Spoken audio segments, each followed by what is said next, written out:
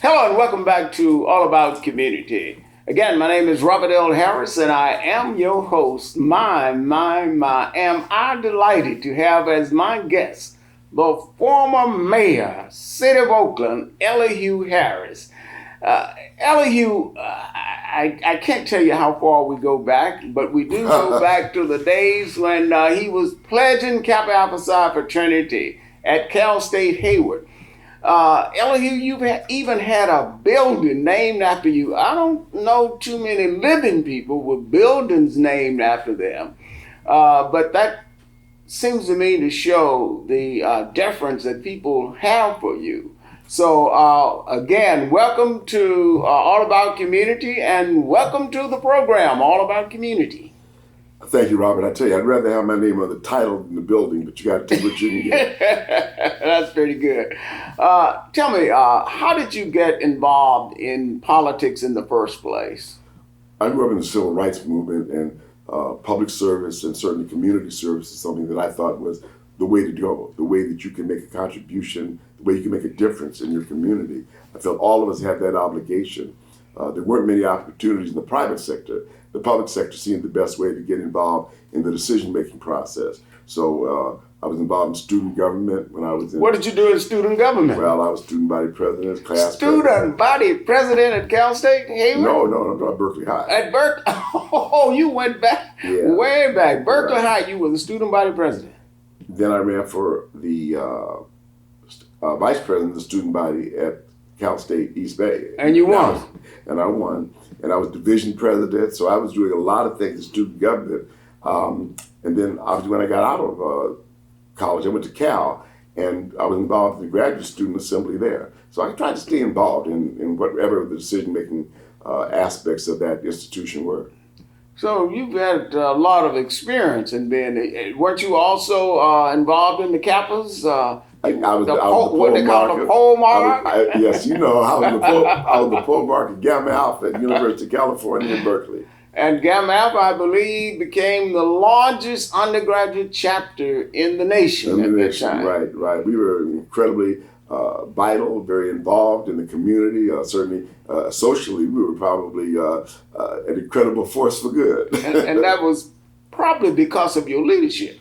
Well, I think it's because we had some really great members. And I think any institution really depends on the members. No one person is going to be able to make an organization successful. It really takes collaboration. It really takes a spirit of community to make any institution strong. And certainly that was the case of Gamma Alpha as an undergraduate member of Kappa Alpha Psi fraternity, and it's true about everything else. And you went off to Washington, D.C., I believe, to become legislative assistant to a Congresswoman Yvonne Burke. Right. Yes, and I went to do that, and then after that, with your help, I became executive director of the National Bar Association.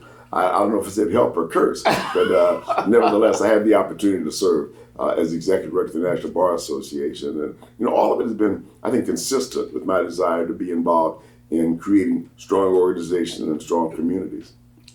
And what about your experience in Washington, D.C.? How did that help prepare you for your ultimate run for the state assembly? Well, the person who gave me that opportunity said I was going to have a chance to leave the minor leagues where I was working for the state legislature and go to the major leagues. And basically that's what Washington is.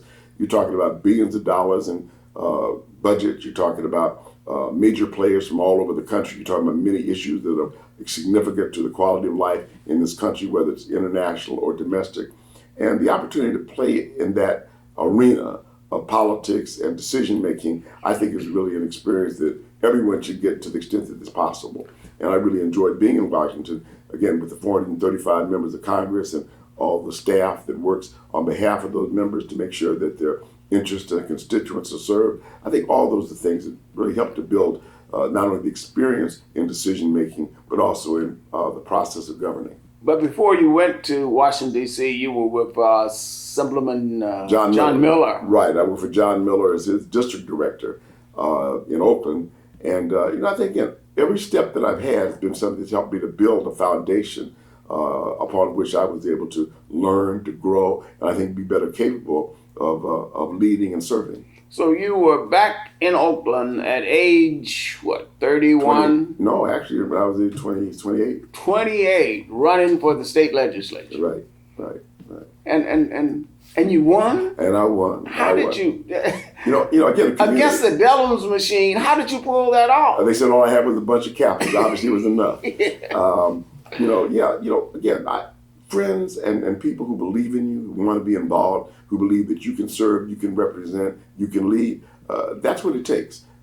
People are willing to work for you as you helped me and others, gave us the opportunity to be in office. And the question is, what do you do when you get that opportunity? Are you going to try to be a servant leader, or are you going to try to be somebody who dominates and ignores? I really believe that having this sense of community is empowering and certainly gives you the ability to feel independent, feel like you are in fact working for the community, not going to be dominated by special interests. And I really enjoyed not only the support of my community, but a broader community of interest that I think I also served and represented.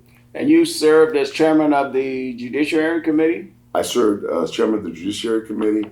I served as the chairman of the Joint Audit Committee. And so I had a number of opportunities to not only learn, but to lead those efforts in those policy areas of legislation. And we're going to have to go to break, but the key thing that you want to remember from the mayor is that lead, being a leader, what it takes to be a leader. And at age 28, you were elected to the... I was 29 when I got elected. But I, 29 when you got elected to the state legislature. Right, but I didn't, by the time I got in office, I was almost 30. So I don't want to make it sound like I was too much child, but I was younger than most. You were younger than most. We're going to have to take a break, so don't touch that remote. Put it down. We'll be right back with Mayor Elihu Harris, all about community. Positive Links Day program is a community center that provides disability awareness to remove some of the stigmas associated with the disabled population. We are located at 675 Hagenberger Road, Suite 255 in Oakland, California.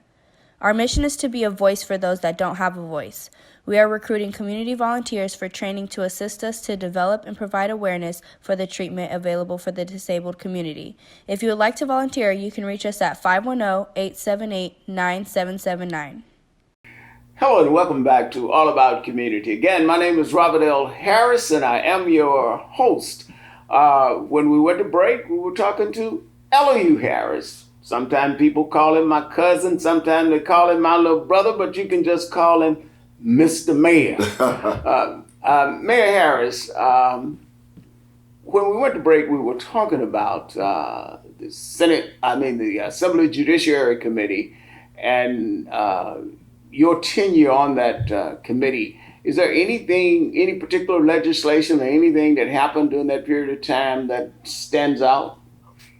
More than legislation, I was really happy that I had the opportunity to help elect Willie Brown, the first black speaker of the California legislature.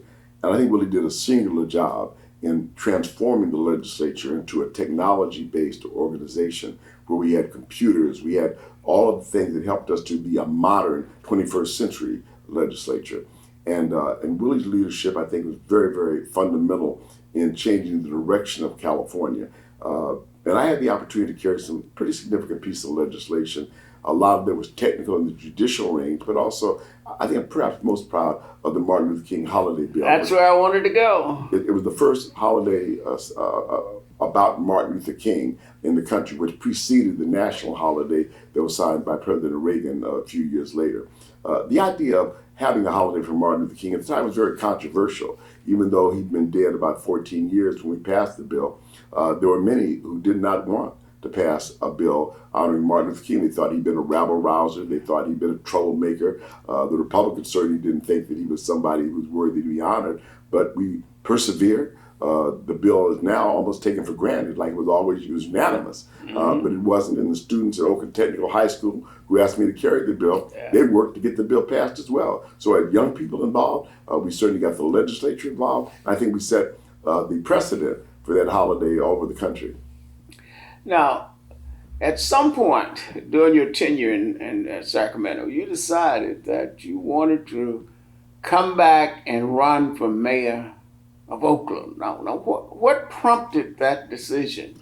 Well, the previous mayor, Lionel Wilson, who was the first black mayor of the city of Oakland, asked me to run. He said that he was going to, he wanted me to succeed him. He thought that I could maintain the direction that he was pursuing in terms of Oakland as a 21st century city. But unfortunately, he decided after I got into the race that he was going to run for re-election. So I ended up running against Lionel, which is something I had not foreseen. But I was still successful. Lionel was very gracious in accepting me as his successor.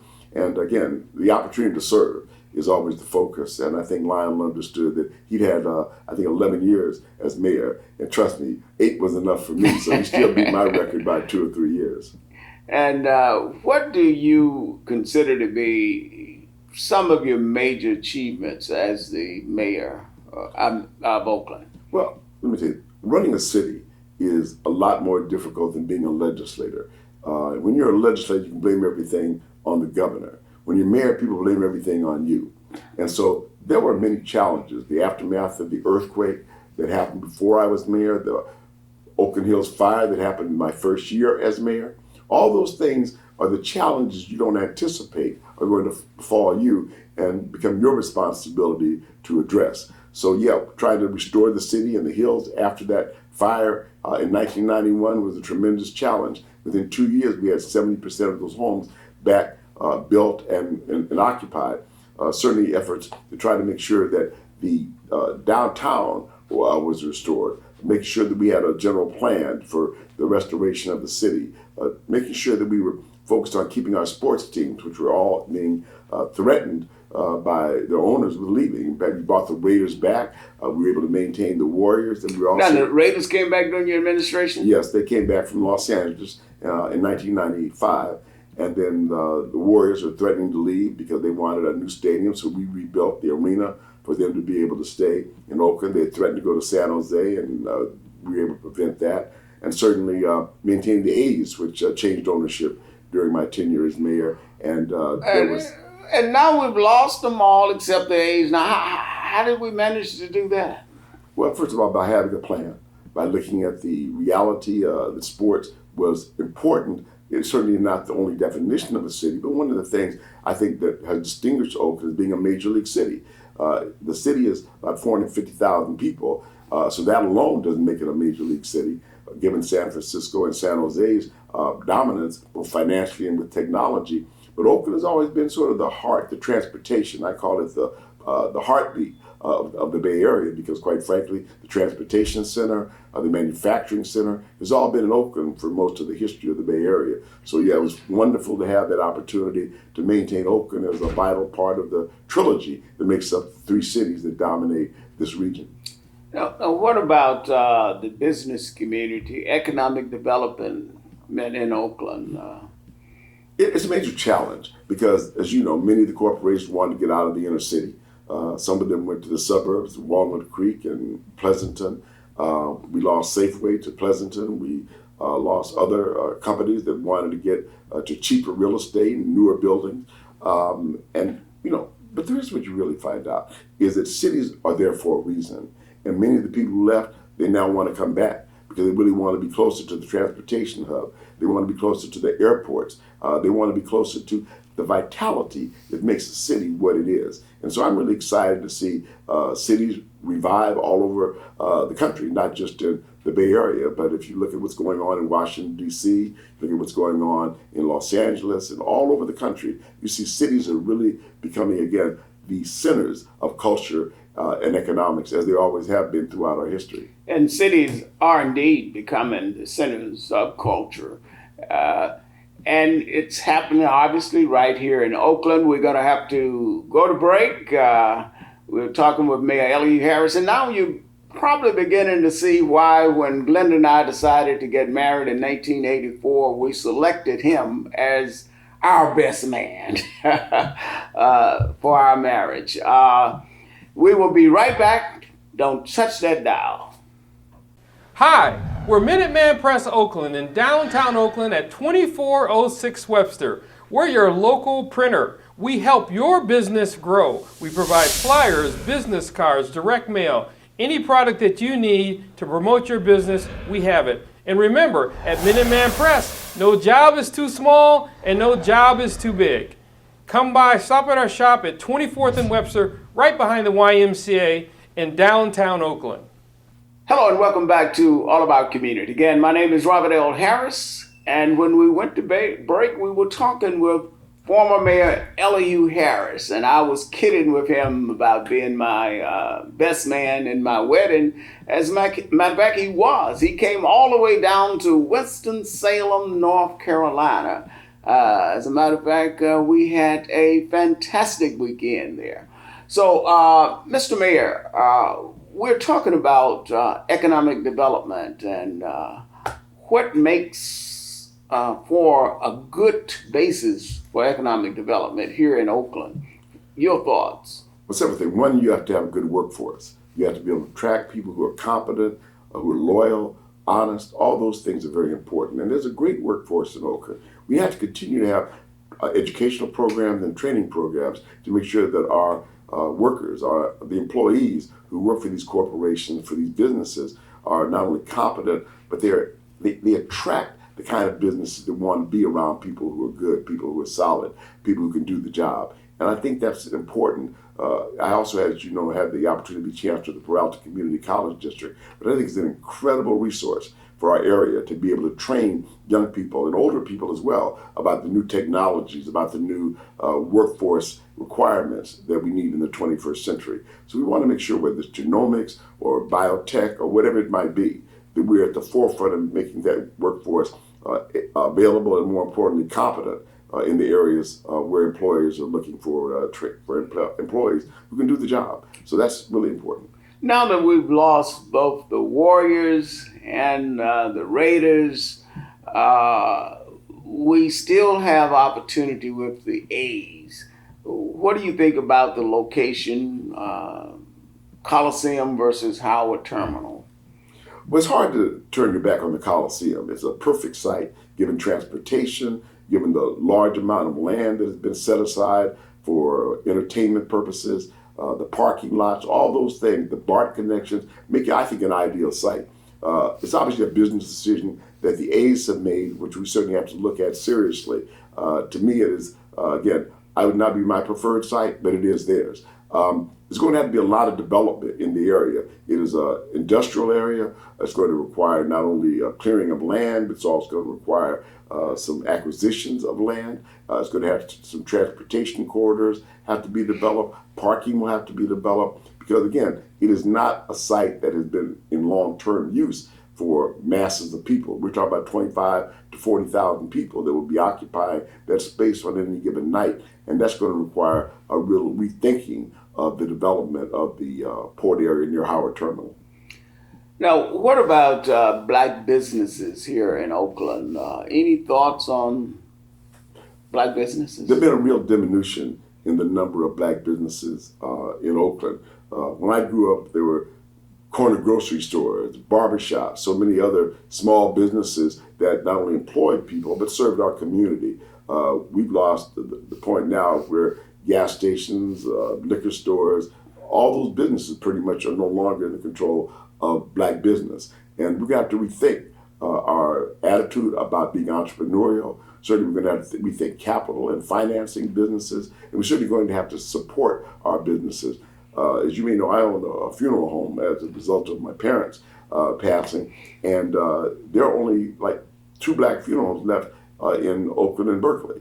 And that's really a sad reality given the fact that, we've had a long history of that kind of business, service business, occupying, part of our community. So why do you think we're losing in that arena? Well, certainly there's been an outpouring of blacks from the central city to the suburbs, Antioch, Tracy, places like that. So no longer you lost over 100,000 blacks in the last 25 years as a result of the gentrification of cities like Oakland. And so when you don't have the concentration in numbers, that alone results in loss of business. But again, being a business person is very difficult. And I think a lot of people would rather just get a job, not have to work 24/7 in pursuit of a business or have to meet a payroll on a regular basis. So I understand that, but we got to get people who want to be in a position to create jobs, who want to, in fact, be serving our community and give us an alternative to the major majority population dominating everything in our community. So I really believe we've got to resurge our population and business. We've got to create new business opportunity with younger people, whether it's something as small as a barbershop or something as large as a corporation. We can do that, but we really got to focus on community. When you say it's all about community, that's truer about business than it is anything else. We've got to have a community that's willing to support, willing to lead, willing to serve, willing to provide opportunities. And that's one thing we've got to do. And I remember when you were mayor, you had a program, I believe was called We Mean Clean or Yes. something like that. Yes. What was that all about? Well, we want to keep our communities attractive. That means we want to get rid of graffiti. We want to get rid of illegal dump sites. We want to make sure that our communities not only are livable, but they're desirable. And that's one of the things that I think we've got to do in Oakland again. I see. Well, why aren't we doing it again? It takes leadership and it takes focus. And there's so many things going on that sometimes people don't prioritize in the way I think they should, which is to deal with the services that our neighborhoods require and they need. Community policing. We don't need police just coming by after crime has been committed. We need police to prevent crime. We need to work on the kind of issues that make this a livable community where there is a sense of togetherness. We're all in it together. The neighborhoods have to be supported. We need neighborhood businesses. We need to make sure that we're focusing on our schools and partnering with the school district about the education of our children. We need to look at preschool. I mean, everything that defines a community, we've got to be about that. Oakland is a wonderful place, but it will deteriorate. It will no longer be a desirable place to live if we don't work together to make sure that it continues to be a place of neighborhoods, a place of vitality, and a place that's focused on children and the next generation. Working together, focusing on children, very important for us here in the Oakland Bay area. Don't touch that remote. Don't even think about putting it down. We will be right back with All About Community with Mayor Elihu Harris. Sinkler Miller Medical Association, founded in 1968 by Dr. William Sinkler and Dr. Rudolph Miller. The organization was formed to improve the health care of African American and other minority people in the Bay Area. Sinkler Miller Medical Association offers annual scholarships to high school, nursing, and medical students who are African American. Presently, Sinkler Miller Medical Association has over 160 members. Sinkler Miller maintains its commitment towards the betterment of the field of health, education, and welfare. For more information about Sinkler Miller and scholarships, contact Sinkler Miller today at 510-863-4560 or visit our website at www.sinklermiller.org. Hello and welcome back to All About Community. When we went to break, I was talking with former Mayor Elihu Harris, of a man who has been really distinct in terms of his service here in the city of Oakland. Mayor Harris, we are so proud of you. But what I'd like to end the segment on is, why don't we have more young people engaged in our political process? You started out, as you said, at about age 28, running for the assembly. I haven't seen anybody running for the assembly at that age in a long time. Who is that? I mean, why is that? We don't train leaders. One of the things I'm really proud of, Congresswoman Barbara Lee and I have worked to create the Martin Luther King Freedom Center. We've got cadres of young people, not only in Oakland, but throughout the state of California. It's a civic engagement process. We take these young people to do a civil rights pilgrimage. They're doing civic engagement this summer. We're training them how to be public speakers, how to be critical thinkers, how to understand how to engage our community in the political process, registering people to vote. Training the next group of young people who want to serve, who want to lead, who want to sacrifice is critical. If we don't have young people, we will in fact deteriorate and no longer be a vital community. So I would tell you this, Robert, if we don't engage in our young people, if we don't invest in our young people, we will not have a dynamic community. Oakland will be like everywhere else. It will no longer be unique. I love the fact that Oakland has some of the brightest and most talented young people who really, I think, love their city. We saw that with Black Lives Matter, when young people organized marches with 15,000 people, 3,000 people, up and down the streets, primarily peaceful protests up against police misconduct and a culture of abuse. That's the kind of thing we want to see with our young people.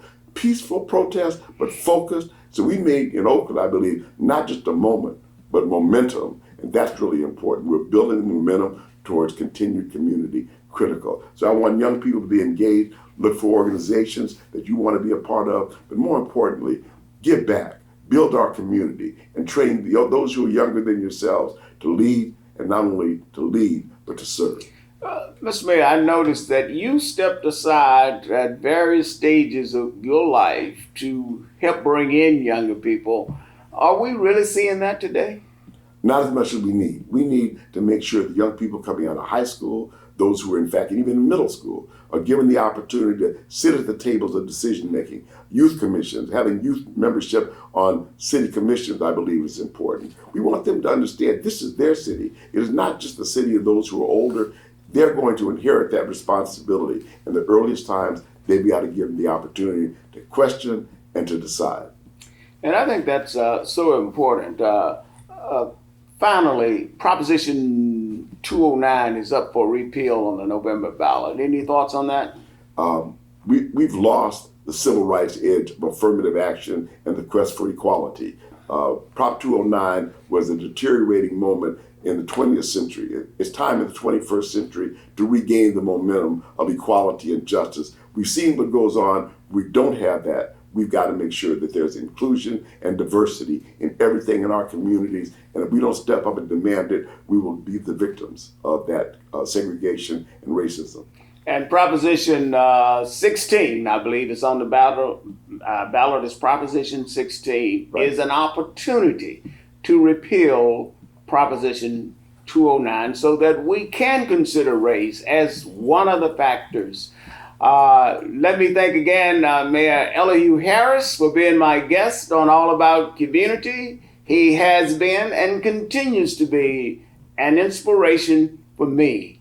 I hope he is also for you. Thank you for joining us on All About Community. Again, my name is Robert L. Harris, and I am your host.